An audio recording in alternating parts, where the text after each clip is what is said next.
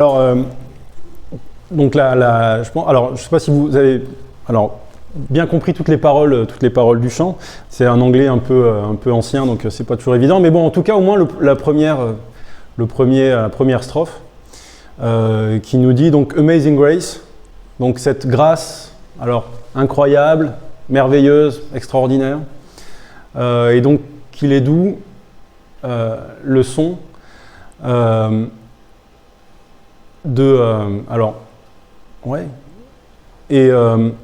Donc j'étais un misérable en fait, wretch, c'est misérable. J'étais un misérable. J'étais perdu et maintenant je suis trouvé. J'étais aveugle et maintenant je vois. Donc ce chant qui nous parle de cette grâce incroyable et merveilleuse. Qui permet de sauver le plus misérable des pécheurs. Et c'est vrai que cette grâce, c'est le fondement de notre relation à Dieu, en fait, de notre marche avec lui. Alors, je me suis dit, pour démarrer cette année, c'est une bonne idée de démarrer avec la grâce de Dieu. Avec cette grâce qui nous porte chaque jour de notre vie. Et le texte qui me paraissait le plus pertinent pour ça, c'est ce texte de Éphésiens. Donc le 2e chapitre d'Éphésiens, les 10 premiers versets, qui nous parle de cette grâce par laquelle nous sommes sauvés. Alors on va lire ce texte, vous n'allez pas apprendre grand-chose de nouveau, mais c'est un texte qui nous place à la fois dans le futur et dans le présent. Alors je vais le lire, donc ce texte qui commence en nous disant « Autrefois, vous étiez morts à cause de vos fautes et de vos péchés. Par ces actes, vous conformiez alors votre manière de vivre à celle de ce monde, et vous suiviez le chef des puissances spirituelles mauvaises, cet esprit qui agit maintenant dans les hommes rebelles à Dieu. Nous aussi, nous faisions autrefois partie de ces hommes. Nous vivions selon nos désirs d'hommes livrés à eux-mêmes, et nous accomplissions tout ce que notre corps et notre esprit nous poussaient à faire. Aussi étions-nous par nature destinés à subir la colère de Dieu comme le reste des hommes. Mais Dieu est riche en bonté. Aussi, à cause du grand amour dont il nous a aimés, alors que nous étions spirituellement morts à cause de nos fautes, il nous a fait revivre les uns et les autres avec le Christ. C'est par grâce que vous êtes sauvés. Par notre union avec Jésus-Christ, Dieu nous a ressuscités ensemble et nous a fait siéger ensemble dans le monde céleste.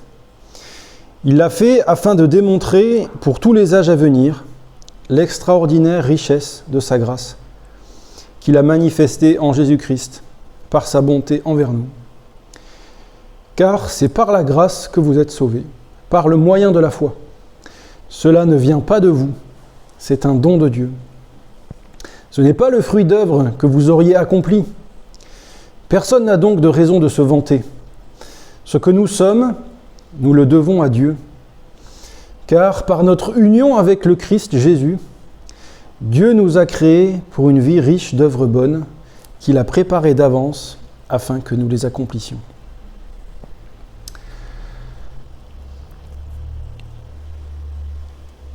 Pour moi, il y a trois temps dans ce passage.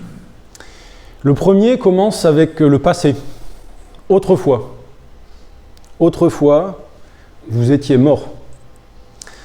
Et cette autrefois se caractérise par plusieurs choses. Alors, d'abord par le fait qu'on se conformait. On se conformait au monde. On était comme les autres. On suivait le chemin qui nous était tracé par notre société. Et ce texte l'éclaire d'une façon particulière en nous disant que ce chemin, eh bien, c'est le chemin tracé par l'esprit mauvais, par le diable, par Satan, qui conduit sur ce chemin.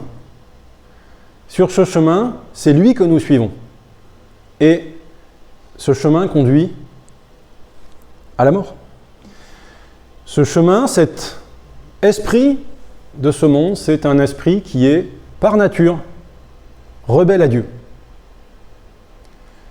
Par nature, il s'oppose à Dieu, à sa volonté, à ce qui est bon. Et Paul donc va utiliser tout au long de ce passage, il va passer du vous au nous, les uns, les autres, il va faire ça plusieurs fois, et clairement, là, il fait référence à vous, les païens, nous, les juifs. Et dans cette autre foi, eh bien, il met aussi les juifs. Nous aussi, nous faisions partie de ces hommes. Nous faisions partie de ceux qui marchaient vers la perdition. Et nous étions destinés, notre destination, on pourrait le dire comme ça, c'était la colère de Dieu qui est le jugement qui va être porté sur les actes, la manière de vivre de ceux qui suivent ce chemin.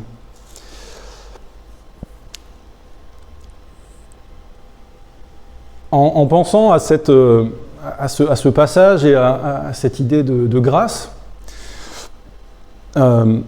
moi, la première chose qui me vient, en fait, c'est de me dire que eh bien, j'ai besoin de la grâce. Parce que je ne me sens pas meilleur que ceux qui sont autour de moi. Pas meilleur. Pas plus gentil, ni plus patient, ni vraiment plus bienveillant. Alors, bien sûr, il y a des gens qui vont être particulièrement méchants.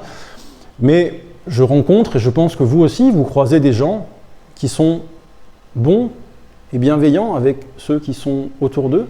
Et alors, en tout cas, pour ma part, je ne me sens pas supérieur à eux dans ma manière de vivre.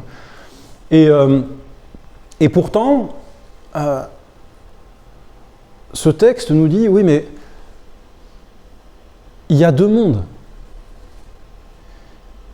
Et il y a le monde de ceux qui suivent l'esprit de ce monde, et puis il y en a un autre. Et pour moi, ce chemin, eh bien, c'est autrefois. C'est au passé. C'est plus mon monde. C'est plus mon monde. Et c'est important, je pense, de se rappeler que nous n'appartenons plus à ce monde destiné à la colère de Dieu. Ce n'est plus notre monde. Même si nous ne sommes pas meilleurs que les autres, ce n'est plus notre monde. Et donc au verset 4, il y a ce mot qui fait une coupure, mais Dieu est riche en bonté. Donc il y a autrefois, et puis il y a un maintenant. Mais Dieu est riche en bonté, aussi à cause du grand amour dont il nous a aimés, alors que nous étions morts. Il nous a fait revivre les uns et les autres avec le Christ. Donc là, on entre dans un autre temps. C'est un temps présent, c'est aussi un temps futur. On le voit bien dans la description qui nous est faite de ce que ça représente. Donc, ce temps, il est caractérisé par le fait d'être unis au Christ par notre union avec Jésus-Christ, Dieu nous a ressuscités ensemble. Donc là, encore une fois, le ensemble, hein, donc juifs et non-juifs. Tous ceux que Dieu rassemble dans l'unité avec le Christ. Les uns et les autres, nous sommes ressuscités et ce texte nous dit, nous siégeons ensemble dans le ciel. Donc là, on voit bien que Paul met ces verbes-là au passé. Il se place dans un temps qui n'est pas encore réalisé, parce que ni vous ni moi n'avons été ressuscités, et nous ne siégeons pas encore. Pourtant, Paul met ça comme quelque chose qui est déjà accompli. C'est déjà là. Nous sommes déjà dans cette réalité-là de la présence de Dieu. Parce que nous sommes unis au Christ. Et vous l'avez remarqué, dans cette réalité, il n'est pas parlé de nos de ce que nous sommes, de nos caractéristiques, de nos accomplissements. Ce dont il est parlé, c'est de l'amour de Dieu. Pas d'une autre, mais de l'amour de Dieu.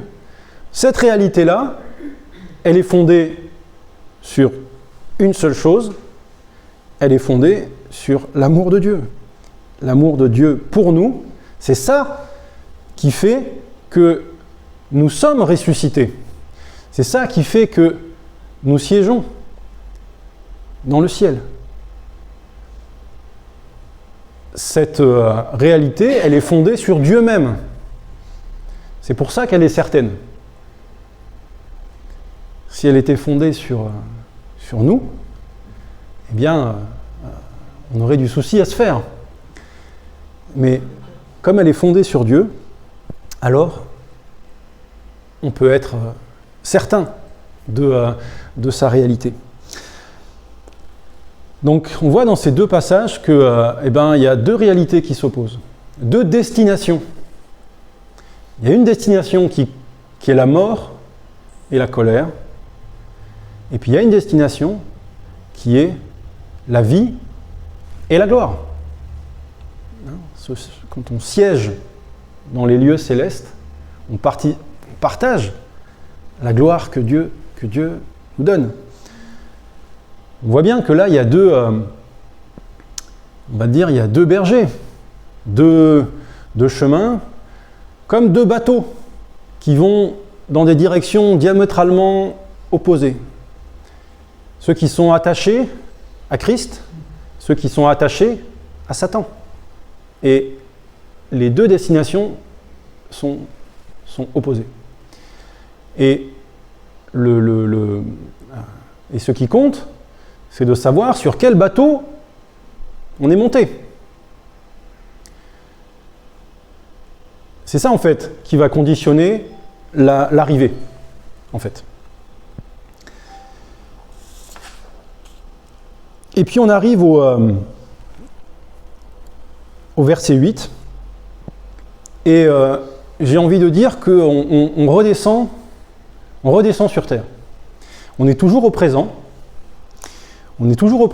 mais là il n'est plus question de gloire, il est plutôt question de combat et de choix.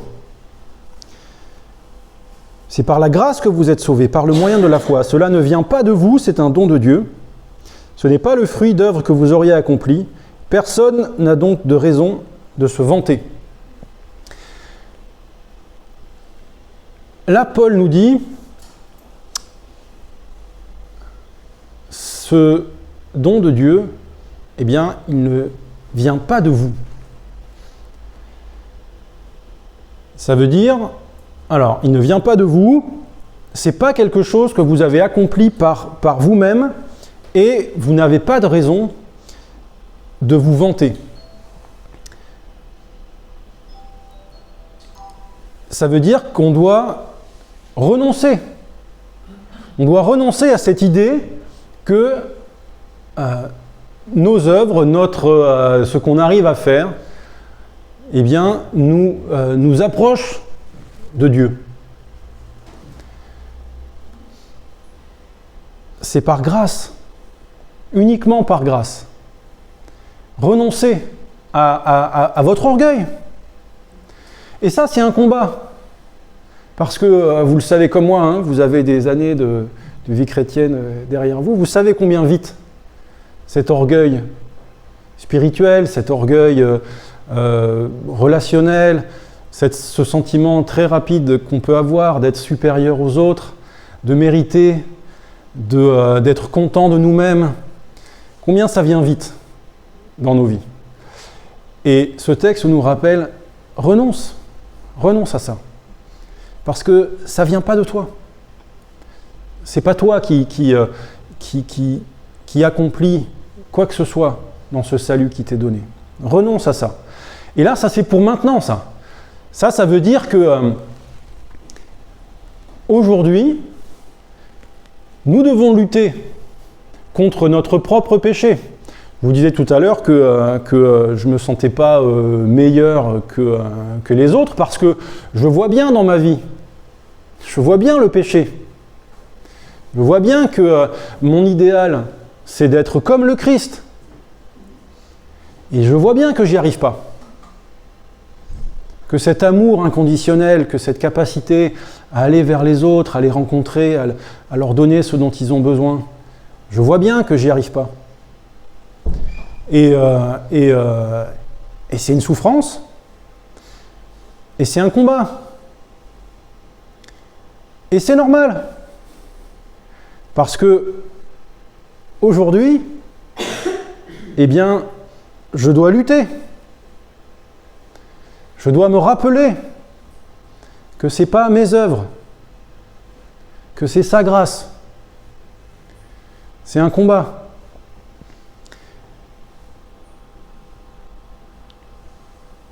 Et donc ce texte nous dit aussi, nous sommes en Jésus-Christ. Bon, ça veut dire que ce que je suis, c'est en Christ. Alors, je pense qu'on peut parler pendant longtemps de ce que ça veut dire que d'être en Christ. Ça recouvre beaucoup de choses dans nos vies. Hein. C'est quelque chose qu'on doit faire grandir. Vous voyez, comme un je sais pas, comme un arbre qui pousse autour d'un tuteur. Vous voyez, une vigne peut-être qui a besoin d'être bon, c'est un processus d'être en Christ. Parce que c'est une construction. Mais ce texte nous dit, voilà,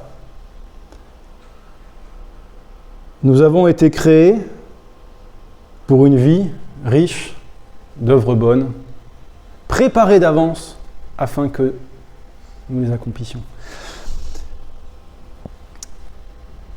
Là, le Seigneur nous donne un but. Le point de départ, c'est que on ne mérite rien. Mais ça ne veut pas dire que, évidemment, on va s'asseoir tranquille en attendant que la mort arrive et que, voilà. Le Seigneur nous dit, voilà, je vous ai préparé des œuvres qui sont devant vous pour que vous les accomplissiez. Ça veut dire que nous avons des choses à faire. Il ne s'agit pas seulement d'être, on a aussi des choses à faire. Mais ces choses-là, c'est le Seigneur qui nous les donne. Vous voyez, on aurait pu penser qu'il fallait aller les chercher, se créer des opportunités. Vous voyez ? Et là, ce texte nous dit, oui, mais le Seigneur vous les a préparés d'avance pour que vous puissiez entrer dedans. Le Seigneur nous donne même ce que nous pouvons faire en étant unis à lui. Vous voyez combien il nous entoure, combien il est à notre arrivée et à notre départ et à notre arrivée. Il nous donne même ce que nous avons à faire. Tout ce que nous avons à faire, c'est d'ouvrir les yeux. D'ouvrir les yeux et puis de voir ce qu'il nous a donné pour qu'on puisse le faire.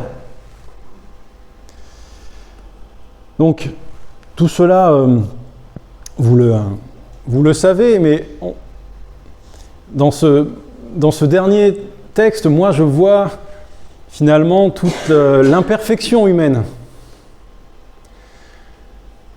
Vous voyez, on a besoin de renoncer à notre orgueil, on a besoin d'accepter de recevoir ce que le Seigneur nous donne en ayant bien conscience qu'on est imparfait, qu'on est tordu, qu'il y a des choses en nous qui ont besoin d'être redressées, qui ont besoin d'être transformées.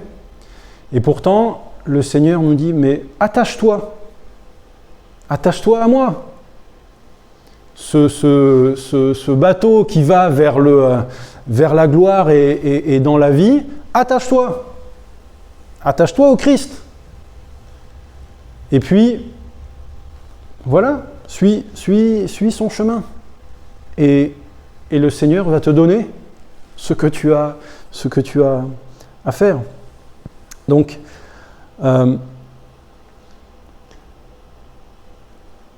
alors, il nous dit... alors, dans ce verset 8, c'est par la grâce que vous êtes sauvés, par le moyen de la foi. Et on voit bien que quand je parlais de s'attacher à Christ, moi, dans mon idée, dans ma tête, l'image que j'ai, c'est une huître collée sur le flanc du bateau. Vous voyez, alors c'est peut-être pas des huîtres, hein, c'est des coquillages, hein, voilà, qui sont attachés là, qui sont attachés sur la coque. Vous voyez, et je me vois bien comme ça, moi, un petit coquillage là attaché à la coque qui tient en fait. Et la colle, je crois que la colle de ce coquillage agrippé au truc, c'est la foi. Par le moyen de la foi. Vous voyez ? C'est pas moi qui avance, hein, c'est le bateau clairement qui avance. Mais moi, je suis attaché. Et je m'attache avec cette foi qui m'a été donnée. Comme un petit coquillage bien agrippé. Alors, je vais m'arrêter là-dessus, mais bon, moi, ce passage, voilà, il m'encourage à recevoir avec reconnaissance. Parce que le sentiment que tout ça crée dans nos cœurs, évidemment, c'est la reconnaissance. Cette grâce, elle nous pousse à dire merci. À dire merci,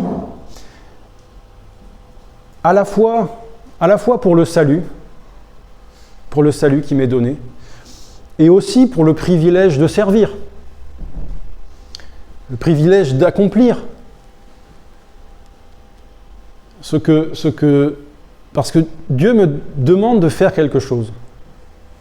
Il aurait pu se contenter de me dire, ben voilà, tu as une place, monte dans le train, assis-toi là, et puis attends d'arriver au bout.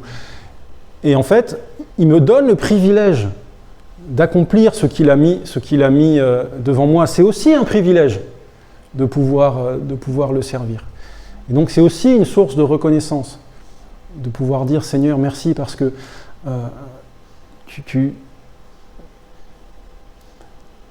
comme je le disais précédemment, notre objectif c'est de ressembler au Christ. Et on sait bien que le Christ, il n'est pas resté assis à rien faire, il a été il a accompli tellement de choses. Et le Seigneur nous propose de lui ressembler. Et c'est quand même extraordinaire de penser que c'est ce niveau d'humanité, en fait, d'humanité telle qu'elle aurait dû être, telle que Dieu l'avait pensé au départ, que c'est ce niveau d'humanité et de beauté que le Seigneur nous propose d'être. Donc que ça puisse vraiment être une joie et et une reconnaissance de rentrer dans ce projet.